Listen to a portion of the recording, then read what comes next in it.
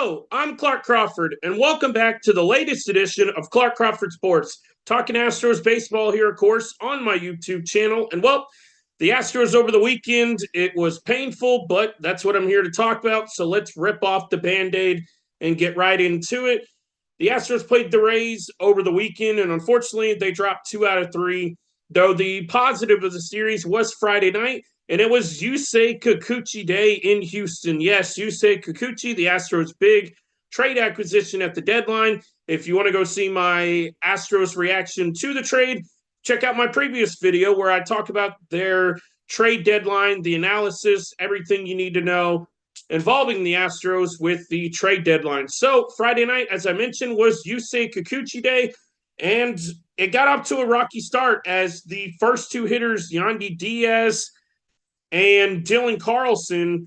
Yandy Diaz starts off with a second pitch double, and then Dylan Carlson hits a 2-run homer on the sixth pitch of the night. And Astros fans are going, oh man, is this the Kikuchi they traded for? And there was some even boos in Minute Maid Park.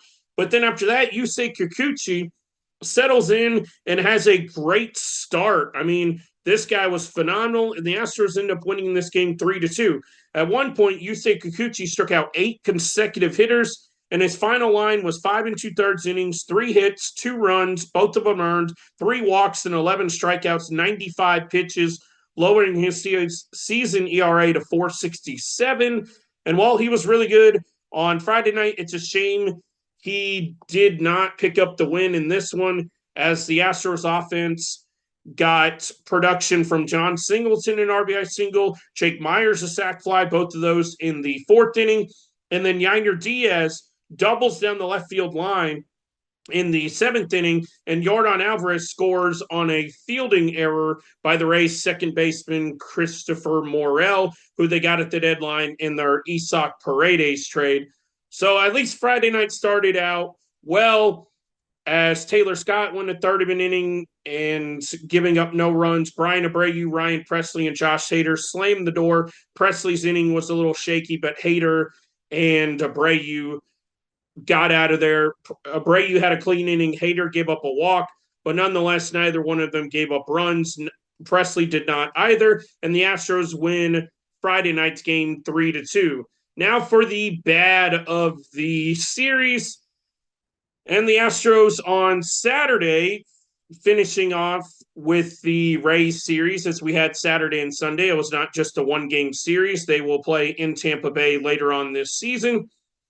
The Astros lose on Saturday 6-1. Josh Lowe homers twice, and Tampa Bay wins, as I mentioned, 6-1.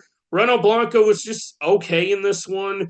I mean, he just wasn't sharp enough, and it was a contributing factor as Reno Blanco suffers the loss in this one.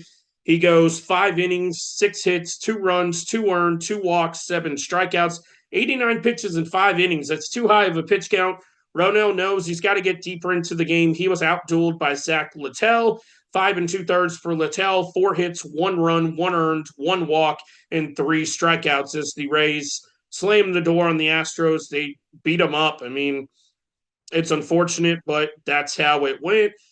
As I mentioned, Josh Lowe, I mean, he was phenomenal. Hits 2 home runs in this one, drives in 3 runs. Brandon Lau knocks in 2 runs in the 9th inning, and Yandy Diaz hits his own home run.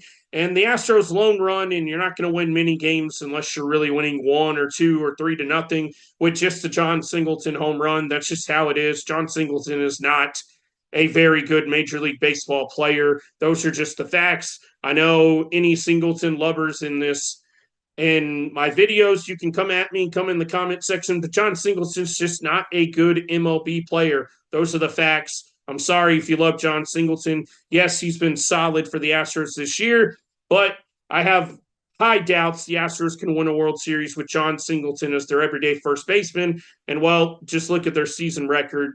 I mean, it's not all John Singleton's fault, but they should have gotten a first baseman or some kind of bat who can play first base at the deadline. So there it is. The Astros lose 6-1 on Saturday night. And then the infuriating game of the weekend, which came on Sunday, one of the most infuriating games, if not the most, that I've watched all season. The Astros, Arrighetti has a shutout first inning. They load the bases after a Yainer Diaz single. Alex Bregman has to hold up at third base. And then, or excuse me, Jose Altuve has to hold up at first base in the bottom of the first inning. Well, it just didn't go well from there. I mean, it was ridiculous. The Astros load the bases with Yainer Diaz. After his single, it was the right move not to send Altuve as that ball was hit directly at the right fielder. It dropped right in front of him. And then back-to-back strikeouts from Jeremy Pena and John Singleton as they go on to lose this game 1-0. Spoiler alert, not really. The Astros had to combine 3 hits. They wasted what I'm going to call Spencer Arrighetti's best outing of the season. I know he had a great performance, a 10-strikeout outing, no runs given up against the Colorado Rockies in 7 innings earlier this year, but he faced a little bit better of a Tampa Bay Rays team. And well, this is why I call it his best game of the year. 6 innings, 1 earned run, the only run of the game, and 12 strikeouts, but suffers a loss because the bats provide a total of 3 hits and no runs. Yes, as you can see, I'm a little ticked off, and this is where it just really gets me. And the guy I'm going to go after for this game is going to be Jeremy Pena. Now, he's not the only reason the Astros lost. They had a total of 3 hits, but I'm going to jump all over Jeremy Pena's back and down his throat right now. So here's his first at bat in the first inning. If you see the square on the screen right here, Jeremy Pena, you can see it on the screen. If you look at the box on the screen, none of the pitches were in the strike zone. None of them. And Jeremy Pena finds a way to strike out. Jeremy Pena, he's the hardest player to watch, in my opinion, on the Astros from time to time at the plate. I mean, like I said, he's not the only reason the Astros lost on Sunday, but I want to show you some of his at-bats. This was in the first inning. None of the pitches in the strike zone, swung at 3 of them, struck out. Then Jeremy Pena, who nonetheless, as you can see where I'm going with this, he went 0 for 4 on the day with 3 strikeouts. Here's his at-bat later in the game. Another strikeout. Only 1 pitch in the strike zone. But Jeremy Pena on pitch 5, which is about 5 miles off the plate, ends up striking out. You didn't even have to throw a pitch in the strike zone to get Jeremy Pena to strike out on Sunday. It was the most ridiculous thing I've seen pretty much all season. Jeremy Pena, I don't get it anymore. I'm not saying I'm done yet with Jeremy Pena, but he's getting awfully close. He's getting on my nerves. How can you have the worst plate discipline, one of the worst plate disciplines I've seen in my 28 years of watching baseball? How? I don't get it. It's the most painful thing I see watching Jeremy Pena hit sometimes. You don't even have to throw him strikes. And to be honest, if I were the Rangers in tonight's game, as the Astros open a series with the Rangers, which I'll talk about here in a few minutes or here in a minute, I wouldn't even throw Jeremy Pena strikes tonight and see if he learns plate discipline by yesterday afternoon in tonight's game. And here's his at-bat against Rays closer Pete Fairbanks. He's a good pitcher. Don't get me wrong. He got the save yesterday. Well, he didn't even throw him a strike. Slider, slider, slider, swing and miss, swing and miss, swing and miss. Everything is at least 2 to 3, 4, 5 feet below the zone. Jeremy Pena didn't even try. He just said, I'm going to swing at anything, try to redeem myself, and it was over. It was a wrap. I had a feeling before the at-bat started he was going to strike out because he had shown no progression over the game. And after he swung that first pitch, man, if I could have put $5 million on Jeremy Pena to strike out, I would. So enough about Jeremy Pena, just to show you how bad his at-bats were. I've already said it multiple times. Yes, Jeremy Pena is not the only reason the Astros lost on Sunday, but boy, was he a big part of it because, wow, that was just a slap in the face, mind-blowing of how sometimes, I'm serious, Jeremy Pena looks like a double-A player at the plate of, you're supposed to be learning plate discipline when you come up through the minor leagues. And I know Jeremy Pena is not the only Astro and the only hitter in the major leagues to swing at pitches like that. But look at his numbers. Oh my gosh, he is a solid MLB player. Don't get me wrong, but come on, dude. Everybody knew you were going to strike out in that last plate appearance. try proving somebody wrong. But no, Jeremy Pena just, I don't understand. You have hitting coaches, and I'm sure they told you at some point, hey, lay off the slider. But he continues to just give me a headache watching him at the plate sometimes. So that's enough on my Jeremy Pena rant. The Astros lose 2 out of 3 against the Tampa Bay Rays, and the record drops to 57-54 as they are one game behind the Seattle Mariners, who took 2 out of 3 against the Phillies. The Phillies were able to salvage a game yesterday, so the Astros only remain one game behind the division-leading Seattle Mariners. That's going to take us into the Astros versus Rangers, and it is going to be at Minute Maid Park North, the Battle of the Silver Boot. Yes, the Rangers basically created the Astro Stadium and put their own name on it, but hey, it is what it is. It's Minute Maid Park North, and the final series between these two teams in 2024. It is a 5-5 series tie right now in the Battle of the Silver Boot in 2024. Whoever wins 2 out of 3 in this series or sweeps their opponent is going to win the Silver Boot. The the Texas Rangers will be hosting the Astros in the next 3 games. It is a night game on Monday, night game on Tuesday, and it is a day game on Wednesday. So that brings us to your pitching matchups for the series. Game 1 is going to be Hunter Brown against Andrew Heaney. The two teams, Astros, as I mentioned, 57-54 on the year. Second in the AL West versus the Texas Rangers, 53-59. Third in the AL West, both behind the Seattle Mariners, of course.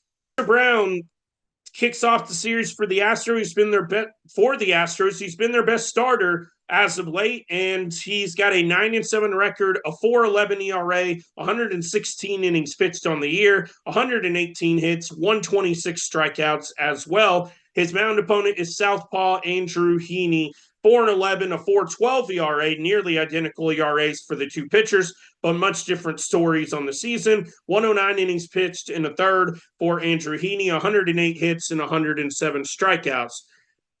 That takes us to their previous game logs, in which Hunter Brown finally did not have a quality start. That makes it 11 out of the last 13 starts he's had quality starts.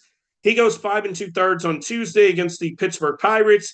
9 hits, 5 runs, 4 earned, 2 walks, 8 strikeouts. It is also his first start in a long time where he did not make it at least 6 innings. So Hunter Brown unfortunately picked up his 7th loss of the year. As I mentioned, he is 9-7 on the year. Hunter Brown looking for a bounce back start on Monday night, which is tonight, against the Texas Rangers. And his mound opponent, as I mentioned, Andrew Heaney. Here are his last 5 starts here up on the screen, but we're going to focus on his last start, where he went 4 1/3, 6 hits, 6 runs, all of them earned, 2 strikeouts, 86 pitches, picking up his 11th loss of the year, and a 10-1 Rangers loss against the St. Louis Cardinals. The Astros are hoping they can smack Heaney around, as the St. Louis Cardinals did back on Wednesday in his last start. That brings us to Tuesday night, and the mound matchup on Tuesday night is as followed. The Astros send left-hander Framber Valdez to the mound against Rangers right-hander Tyler Mahle.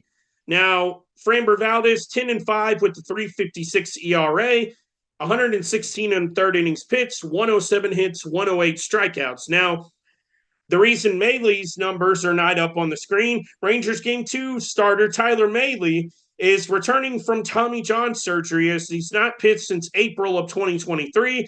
Now, my big question for him is, how stretched out will he be? It's going to be a big question in this game. So maybe the Astros can take advantage of him knocking him out early in the game. Maybe he'll make some mistakes.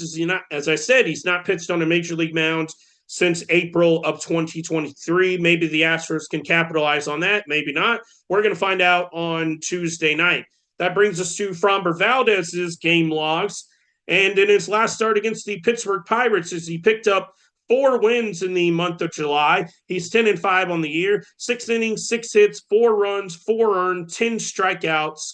As Framber pitched okay, his season ERA 3.56, but he has a 2.90 ERA since the beginning of July. So hopefully good Framber, he was good Framber, except all but I believe it was the second inning where he got tattooed for all 4 of those runs. So we got good innings of Fromber and 1 bad inning out of Fromber in his last start. So let's hope good Fromber shows up. The Astros really need to take at least 2 out of 3 in this series because they dug another hole yet again this season. As I mentioned it so many times before early in the season, as they continue to shoot themselves in the foot. I know injuries have played a big part, but come on, guys. You got to wake up. I know Kyle Tucker's still not there, but I still think this team, your top 4 in the lineup, is underperforming. And because those guys underperform for the most part, they continue to find ways to lose games and stay right around 500.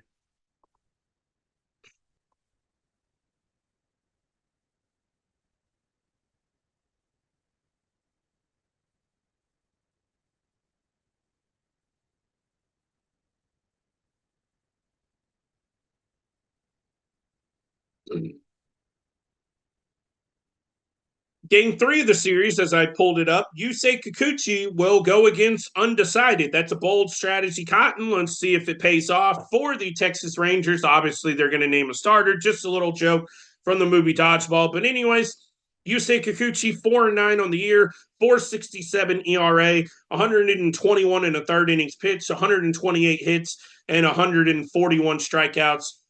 This could be the rubber match of the series and also what determines the battle of the Super Boot for 2024. As I mentioned earlier in the video, if the teams split the first 2 games of the series, this will be the decisive game on the teams would be 6-6 on the year against each other, and they play 13 games this year. So this could be the all-decisive matchup of the Silver Boot for 2024. It is important, not just for the division, but you want to bring that Silver Boot home. Let's hope it stays here in Houston where it belongs. As I mentioned, Kikuchi's previous start with the Astros, as we know, was a 3-2 win against the Tampa Bay Rays earlier in the video. His 11 strikeouts, he's phenomenal, or he was phenomenal against the Tampa Bay Rays. He just needs to get just a tick deeper into the game. That would be my only criticism. At least get him through 6 innings, maybe even a little deeper. But Kikuchi was great.